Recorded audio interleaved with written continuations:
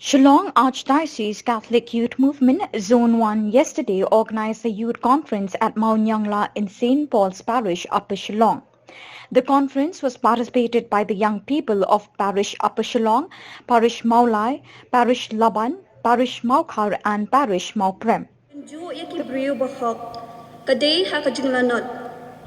Uso open pau ya karu kompen he isan yodien kum taru kajing pen pau ya kajing perkhat kapen I ya karu kompen he pensan ya kabor perkhat ugril wat ya ro ugril shwaga penyo snow kum nu kren nabakani kadai kajing tenju ya kibril.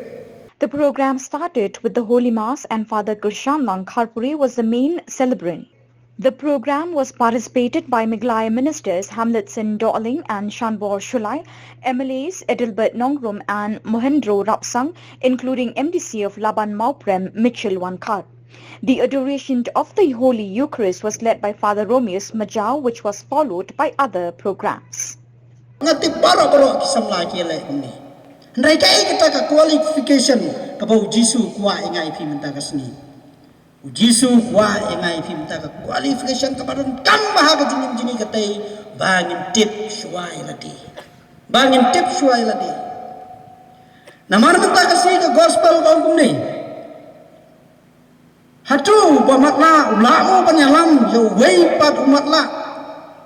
Ada yalam mala paramatla tekamun ngila tu lupa bangin ban habai sakarai no bala matla dalam paramatla te min habai sakarai uneu basel do khu om kum neu ha ka jing sisya ka jing tip yalade ka jing tip yalade kadai ka beran kam pam ha ka jing im jing ka man nagasni ya me ala do no